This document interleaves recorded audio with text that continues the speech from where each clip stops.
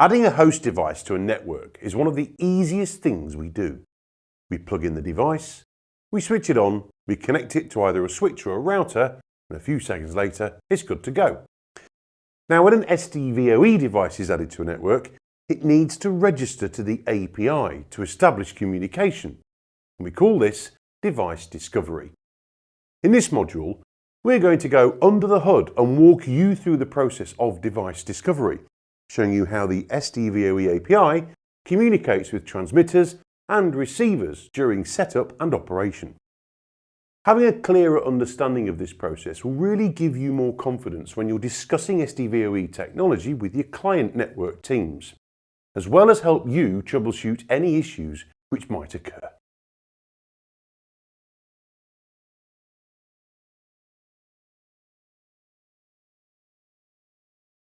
In the Unified API course, we explained the function of the SDVoE application programming interface and how it takes care of device discovery and monitoring, controlling AV routing and switching, configuring, cropping, scaling and programming, audio extraction, EDID management, control signals such as IR and RS-232. We're going to focus on this function, device discovery. So let's dig in. Let's begin by clarifying some terminology. The API is the software layer that manages and controls the devices. And the client is a software application which controls the API. Now, the API needs to know what's out there, and that's what device discovery does. When an endpoint device is connected, it sends a hello packet to the API every 2 seconds. And this alerts the API that the endpoint exists and is available for communication. These tiny little packets of data are in fact broadcast packets. They're sent across the broadcast domain. If you're not sure what I mean by that, you need to head over to the What is a Network course to find out. Any hosts which are not part of the SDVoE system will simply ignore these packets. However, as long as the API is receiving these packets, the device status will remain active.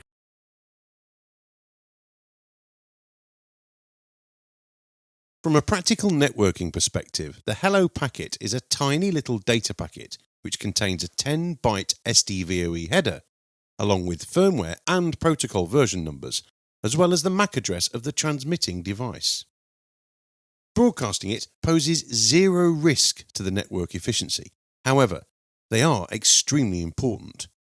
Should the API not receive any hello packets from an endpoint for 6 seconds, equating to 3 hello packet intervals, it will consider that endpoint to be disconnected and tell the client to remove the device from the list or show that device as unavailable.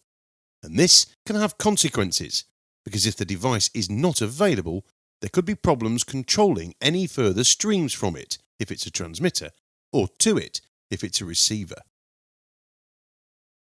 If an endpoint device constantly appears and then disappears from the network, it could indicate network flooding caused by the hello packets being dropped.